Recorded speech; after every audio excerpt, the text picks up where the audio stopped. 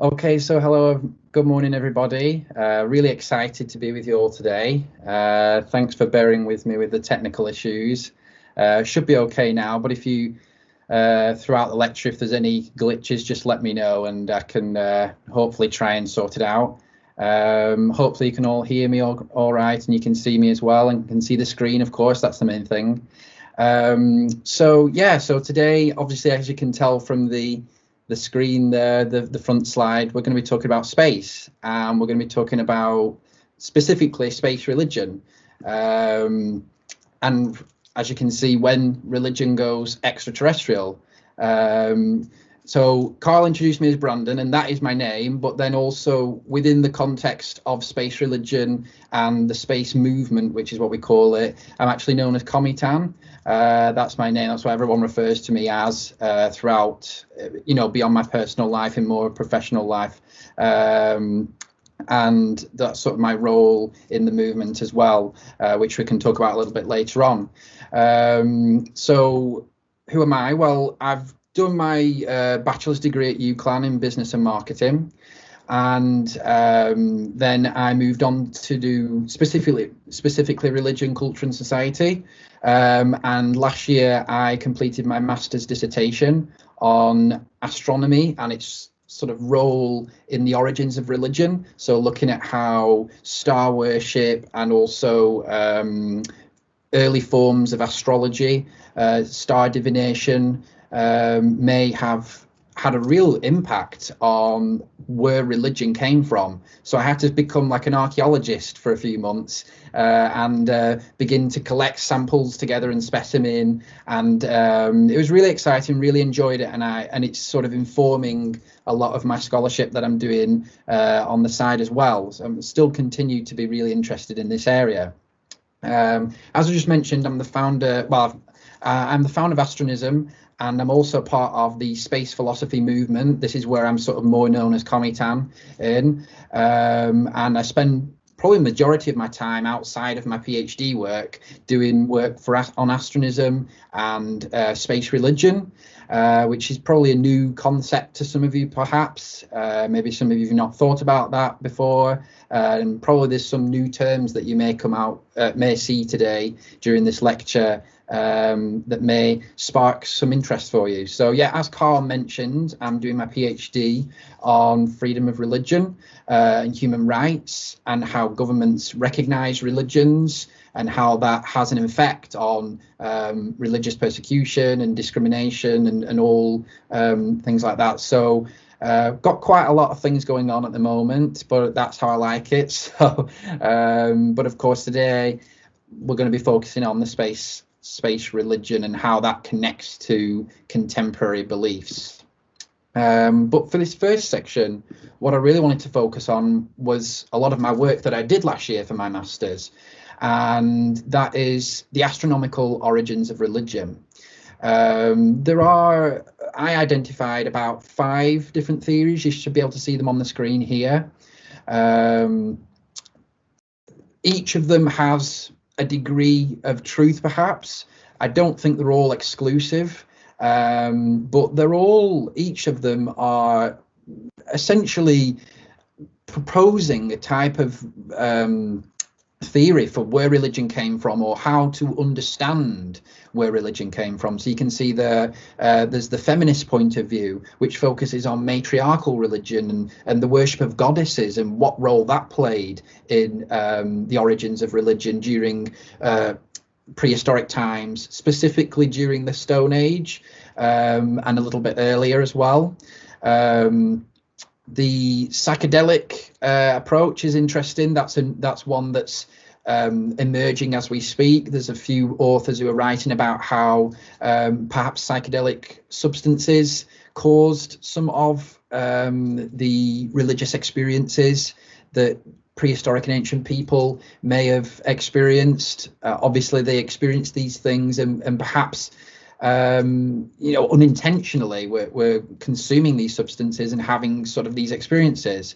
There's also the Abrahamic and the evolutionary approaches, but then you come to the Astronist approach, which is the one at the bottom there, which is sort of my approach that I'm trying to formulate. Basically what I'm saying is that star worship and other forms of astronomical worship were the first religion, and they were the first, you could say, formalized religion, and one of the first forms of religious expression, beyond things like burials, for example, and we're going to be looking at some specimens in a short while. And I think that this is connected to kind of like an emotion that is between the human individual and the astronomical world, outer space as a whole.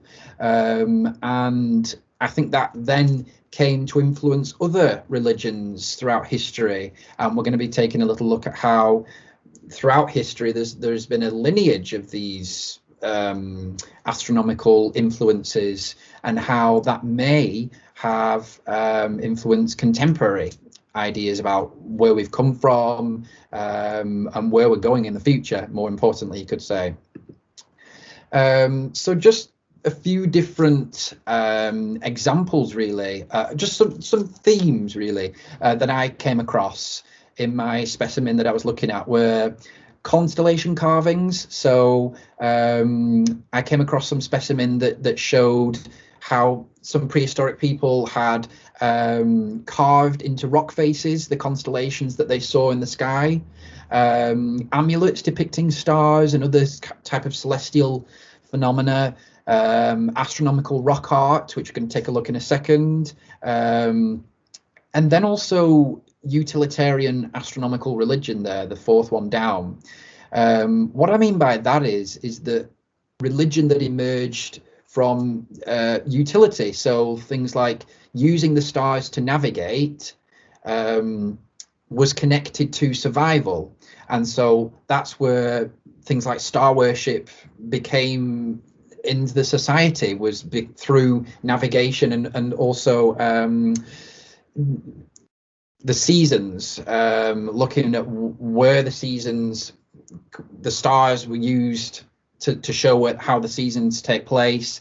And obviously that then related to harvest, and how really that the society was kind of based on this idea of sustenance. So the stars were influencing whether the harvest would come or not, and the sort of the quality of the harvest, and all these types of ideas started to influence how these people saw the night sky. So then they started to worship the stars in an effort to improve the harvest and things like that. So that all comes under the banner of utilitarian astronomical religion, the utility of the stars and how that relates to beliefs. And then we also have the cosmic hunt myth, which is a really interesting aspect to what I've been doing in my scholarship, and I'll be talking about that a little bit later in another slide. But these are just some themes that are coming across through what I've found in my in the collection of specimens that I came across, and essentially what the two things that seem to have taken place during this time, during sort of 40,000 BCE roughly, and onwards from there, are star worship, which can also include moon worship and also worship of the sun, and also astromancy. You can see there in the first bullet point. Those are the two main aspects. So you've got astrolatry, which is star worship, and astromancy, which is divination by the stars. These are the two main aspects or engagements with astronomical religion, and those are what I'm referring to when I say prehistoric astronomical religion. I'm referring to those two things and their consequences. And so, yeah, much of this activity was connected to survival. I think that's a really interesting thing, how the theme of survival came through all these types of beliefs. For example, different hunts were associated with constellations. We'll see that with the cosmic hunt myth coming up. But also the moon was associated with fertility. because the moon phases roughly align with the menstruation period, people began then to associate the moon with fertility, and perhaps the moon controlling fertility, and therefore that's where things like moon worship came from. And of course, all these different things have that theme of survival. So the idea that the stars, the moon, the sun were involved in the survival of human activity and human life. And of course, that is true. That is true, really, because we depend on the sun. We know that if the sun wasn't there, we wouldn't be there, and also the moon as well. And we're just beginning to understand how the stars, even though they're so much more distant from us, how they have impacted human life. So these people, even though perhaps worshipping the sun wasn't as a god was not, obviously we moved on from that today, but there is a slither of truth there. That these celestial bodies that they were worshipping and find fascinating, they do depend on, and all human life depends on these celestial bodies. So yeah, as I said, this is taking place from about 40,000 BCE. There's a few specimens that are a little bit before that, but I'd say that that's sort of the general starting point for this type of activity, this type of astronomical religious activity. And this is a period we call the Upper Paleolithic. And it's during this time that, you know, things like amulets, like I've said there, were being created, and carvings, and just amazing specimens. So let's take a look at some of those.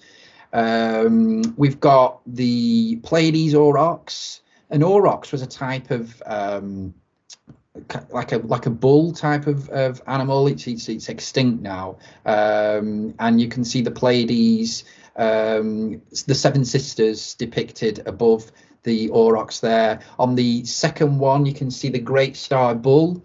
Someone's obviously annotated this, but they've done that to show Orion as the man with the bow and arrow pointed towards the bull, which is Taurus, the constellation Taurus. And then you've also got the Pleiades again up in the sky there. So this is depicting kind of the cosmic hunt scene, which I'm going to be talking about in a second. And this is what we call astromorphism. So astromorphism is where the stars or a constellation is attributed to human activity, or the other way around. So it's the depiction or the relation between human activities, so for example hunting or killing an animal, with and as that is reflected in constellations. And we see this throughout the zodiac as well, you know, the association of different animals and different concepts with the stars. This is all astromorphism. This is humanity applying terrestrial activities and objects to the stars, to different constellations. And we've also got things like the Lunar Calendar, which was found by Alexander Marshak in the 20th century. We did a lot of work on sort of how lunar activities, the phases of the moon related to fertility, and he was the one who proposed that theory that the moon was associated with fertility. And I'm telling you all this to show that there is a kind of what I like to call an ecosystem of beliefs and ideas that is forming during this time, that connects humanity, but also makes human activities dependent on the astronomical world. There's this kind of connection between human activity and what's taking place above them.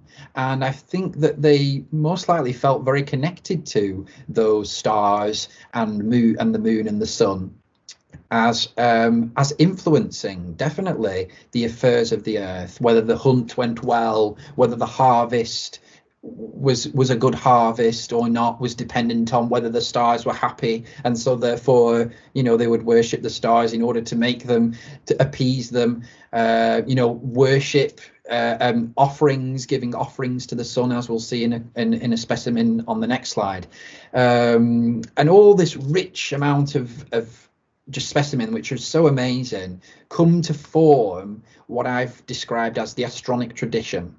We'll come back to that in a little bit, but basically I've theorized that there exists a religious tradition here that began in prehistoric times, that continues to today, that is essentially religion based on the stars, religion based on celestial bodies.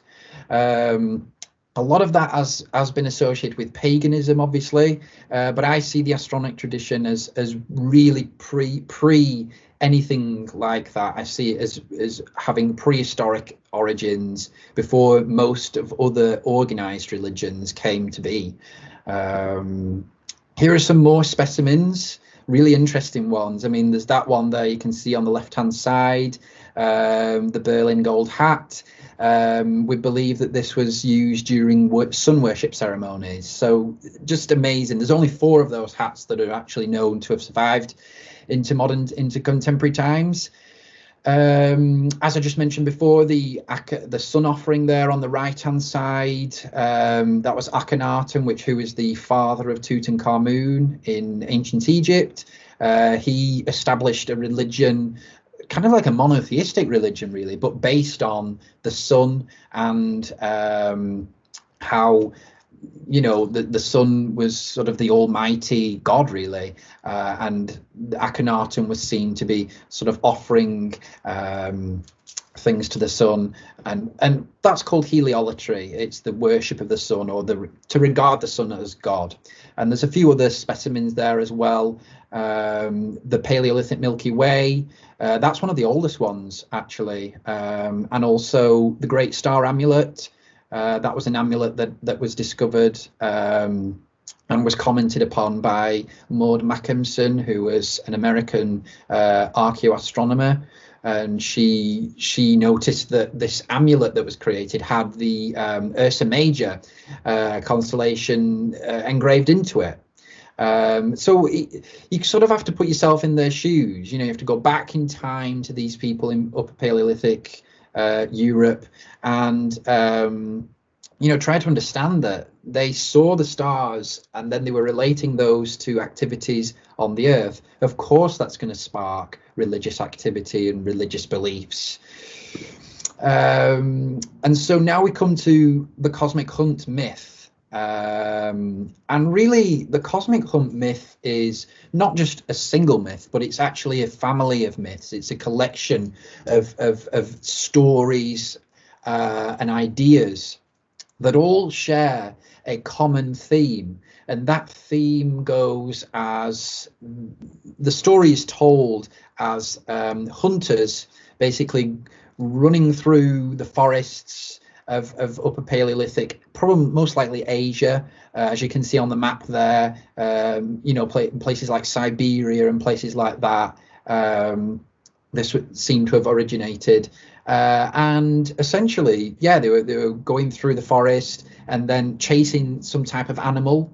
In different variants of the myth, the animal changes, but the essential concept is that when the animal is killed, its soul is described as transmigrating to the stars, or going up to the stars, and that's where likely the Ursa Major, the idea that the Ursa Major constellation represented some type of bear or animal. Of course, that was developed later, but I think there must have been some type of prehistoric origin for the relation of the bear with this, and I think that's what the cosmic hunt myth is. And I've labelled this idea, the idea that upon death our souls go to the stars, as transtellation.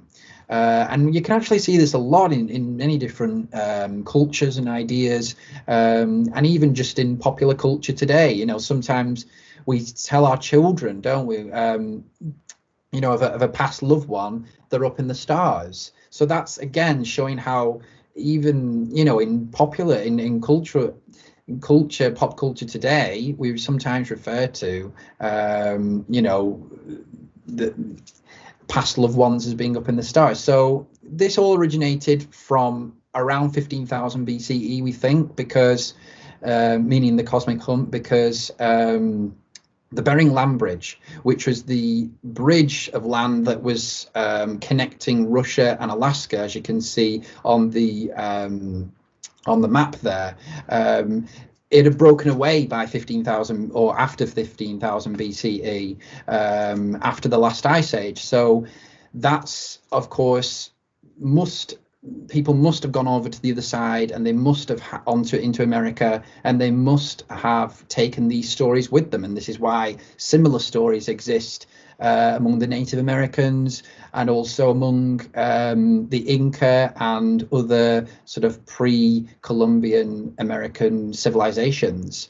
This cosmic hump myth was really the first thing that I found regarding prehistoric religion, and astronomy's influence in prehistoric religion.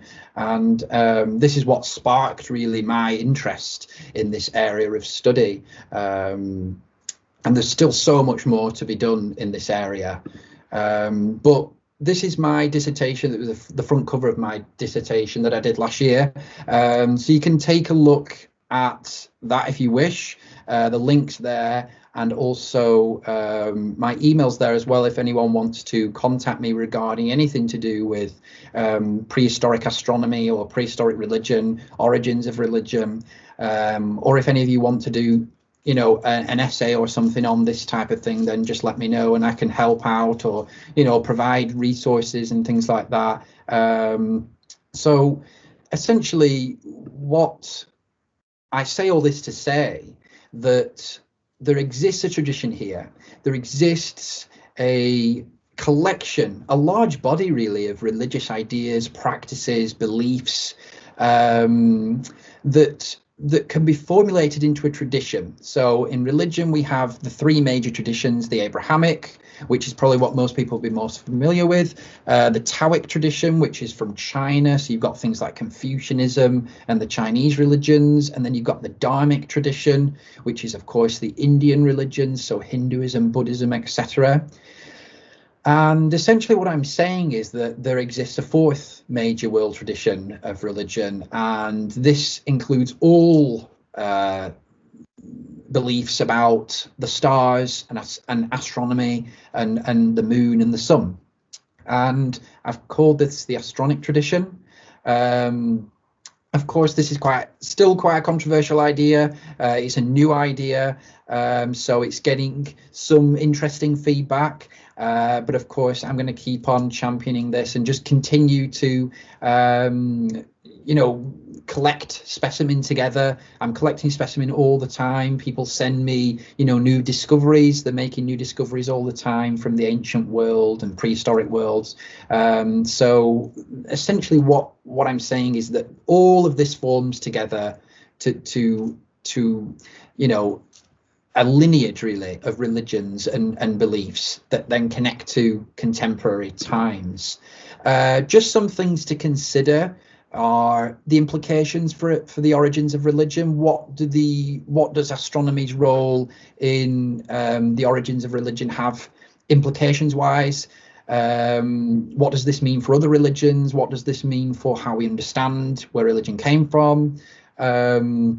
How these astronomical beliefs may have influenced other religions, and also how maybe this has come to influence how we conduct space exploration and other things that are taking place right now in the contemporary.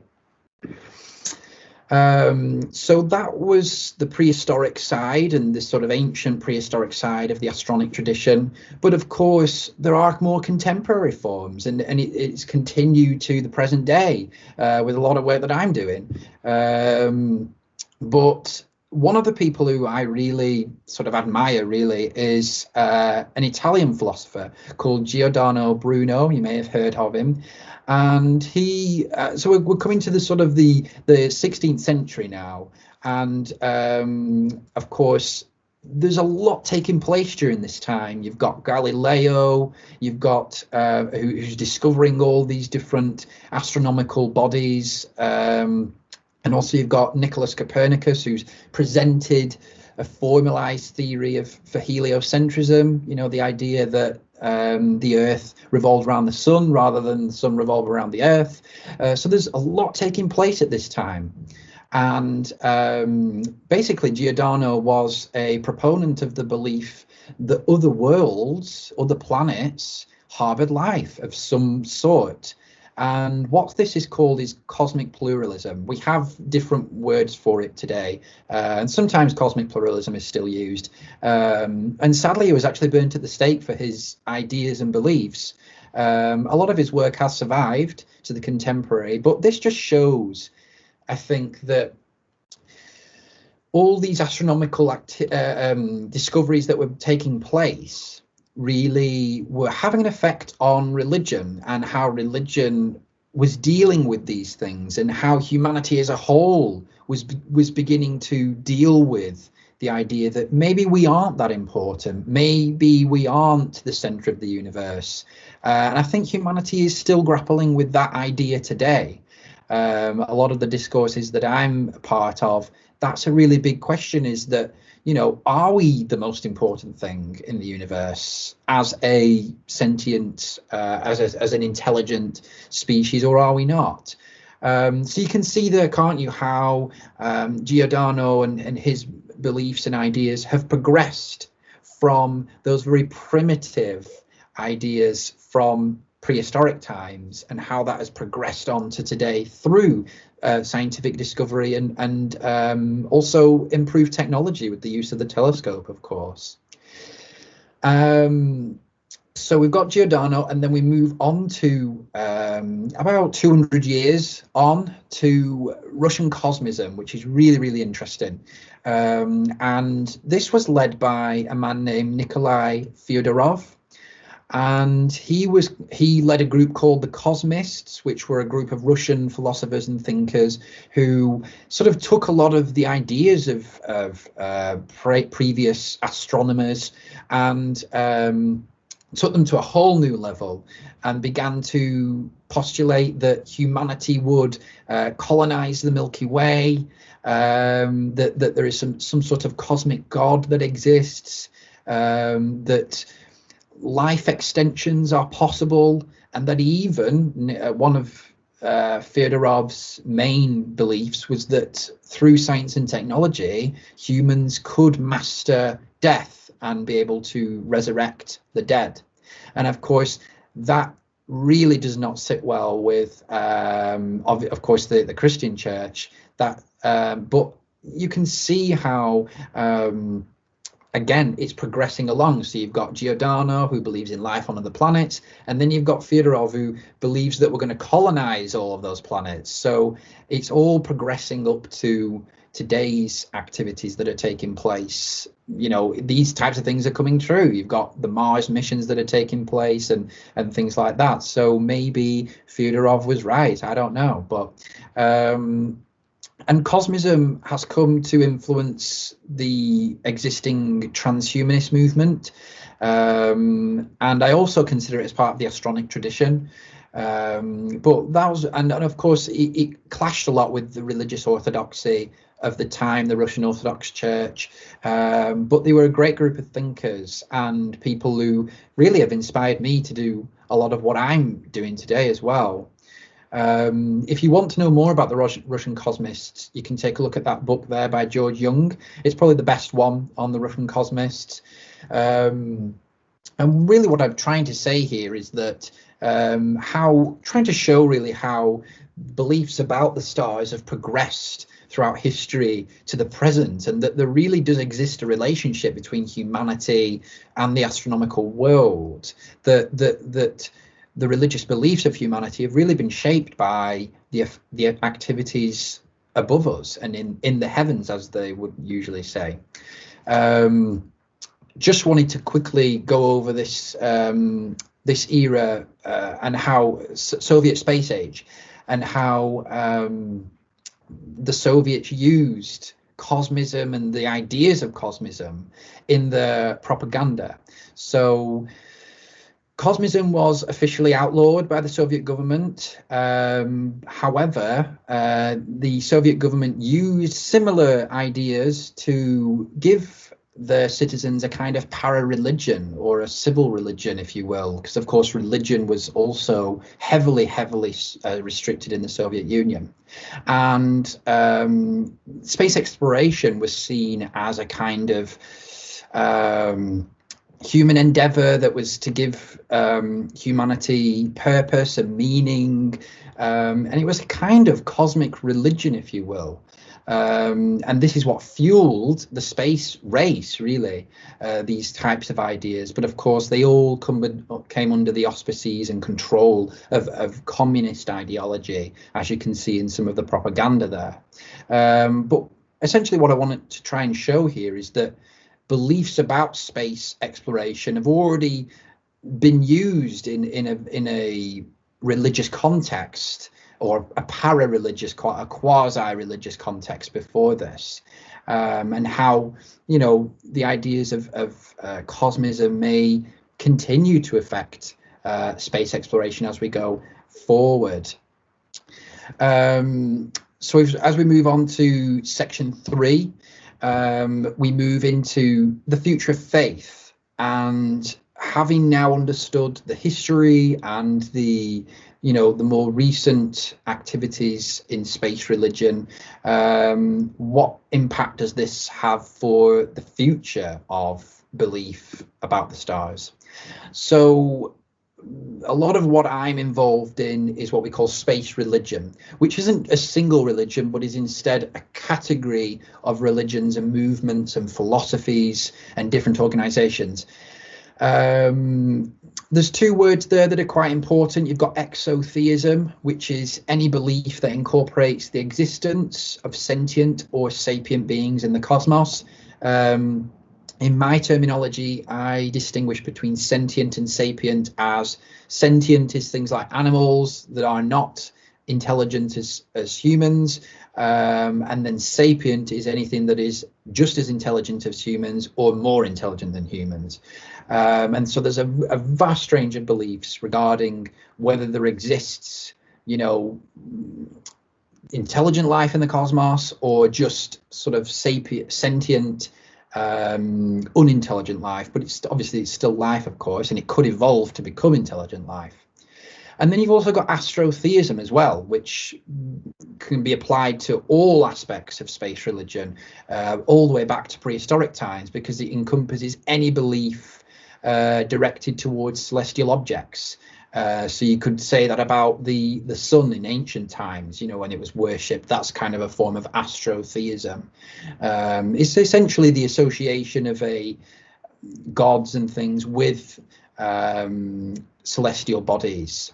And of course, all this has been influenced by various different aspects of culture. So you've got the UFO and alien abduction subcultures. Of course, in the UK, they're not as strong, but in America, they're very, very strong subcultures. There's a huge network of individuals who are involved in, everyone will know about Area 51, of course. So these places that have supposedly to do with aliens and alien abductions, they're very big in America, and they're quite a powerful subculture. And this has come to influence a lot of space religion in the contemporary. And of course, as well, science fiction, which we're going to take a look at in a second, and how sort of the beliefs of science fiction and the characters in science fiction have come to actually influence real world religion and real world beliefs of humans. And of course, astronomical events as well, the occurrence of eclipses. We've seen that throughout time, throughout human existence. One example is when eclipses used to occur in ancient times. In many ancient civilizations, they associated that with a bad omen. So if an eclipse happened, that was a really bad omen, and something's going to happen that is not good. And also the associated things like meteor strikes with like the end of the world and things like that. And of course, today, we've got the space missions. These are really influencing people to think outside of themselves, outside of the world, just the Earth and their surroundings, but actually look up and maybe wonder really about why we're here and what could exist out there. And then also another set of influences are more traditional religious concepts. So right at the bottom there, you've got things like millenarianism, which is quite a long word, but it refers to sort of a future utopian period. We get this in Christianity, Islam, and also you get that in space religion. The idea that through space exploration, humanity will improve itself, that it will get to a higher level of being. You've also got Gnosticism, the focus on knowledge and sort of the accumulation of knowledge as the most important thing of life. That the more we know about outer space and the more we explore outer space, the higher beings we will become, the better we will become. And then finally, you've got there as well the apocalypticism. A lot of people I know believe that the imminent end of the world is here and it's coming. And you can maybe see some of that in some of the environmentalist movement as well. It's a very strong idea, this concept that we need to explore space quickly, or we need to start it before something really bad happens here on the Earth and humanity becomes extinct. Elon Musk, which most of you who you'll be familiar with, he's a huge proponent of the idea that we need to become a multi-planetary species in order to survive, and I agree with him in many respects. So these are all the influences of space religion. These are all taking place simultaneously at the moment, and they have been really for the last, especially the last 50 years, I would say, especially since alien subcultures and alien abduction subcultures have come to the forefront. And of course, the space age, the space race as well, that inspired a lot of people. So here is just an overview, really, of some of the beliefs of space religions.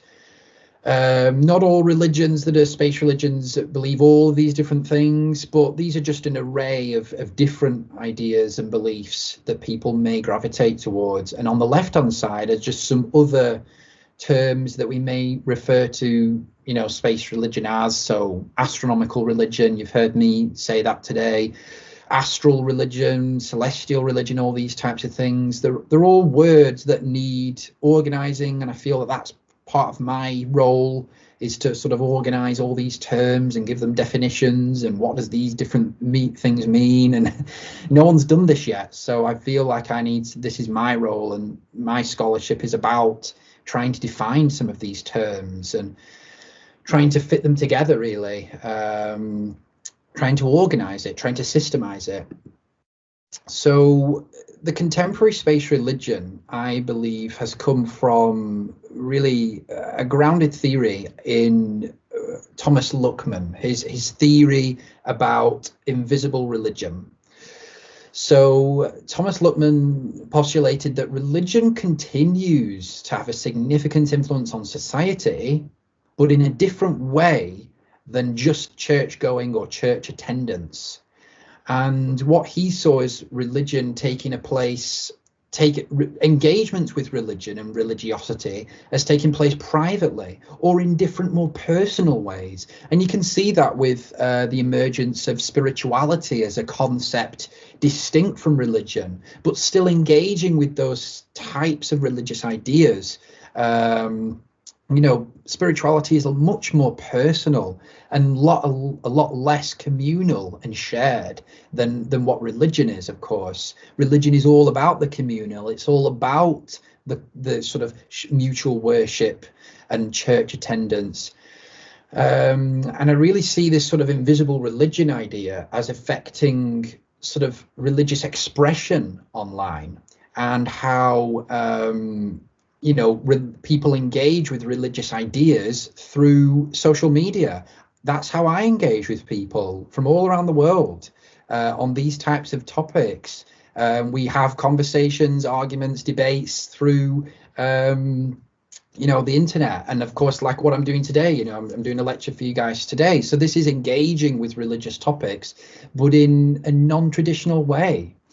And then I see this as then moving on to the digitization of religion, which is a really interesting topic that needs more scholarship doing on it, really. And essentially what I mean by that is religions that have developed online primarily, and that have actually, I don't actually have a physical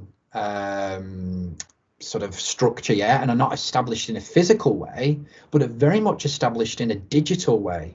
Astronism, which I can answer questions about if people have questions about that, has developed as a digital religion. Founded it in 2013. So this was the time of, social media and websites and all these types of things. So this is a very different type of religion, and it acts in different ways, and it also spreads in different ways to how religions of the past maybe have spread through things like empires and more, you could say, more violent ways of dissemination of ideas. But I do see this the concept of invisible religion as really the basis of a lot of space religion that is taking place, and ideas regarding space religion.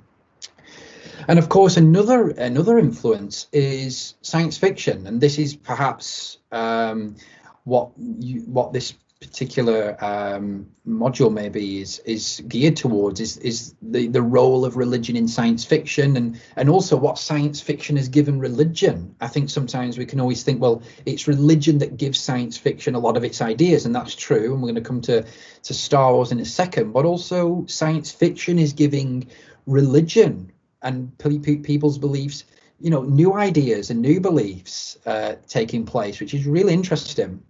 I've chosen Star Wars just as a little case study, a quick case study, just because it's more familiar for me, and I love it. I'm sure there's some fans of it right now who really interested in this. But essentially, yeah, Star Wars is a war between two religions, the Jedi and the Sith, or two denominations of the same religion. And it's this religious concept. Religious concepts are driving the narrative of Star Wars and other similar science fiction films. And this is having actually real world effects. Most people will know about the Jedi census phenomena in the UK in 2001, and it's still ongoing. This is where 390,000 people, over 390,000 people in the UK listed themselves as Jedi. Now, the government did actually recognize this, on the census of 2001. They didn't really recognize it. I'm not sure whether the Jedi have been recognized at this stage. I'm not sure. But what we have to ask ourselves is, okay, there'll be some people mocking religion here, but I actually know some individuals who genuinely believe in Jediism and who genuinely follow the ideas and teachings and beliefs of the Jedi. So this is a really interesting phenomena of how science fiction and religion are coming together and forming sort of these new religions in a way. And I suppose we'll just have to watch and see how these develop, whether they do develop. I know that there is the Temple of the Jedi Order that is an actual organization in the UK.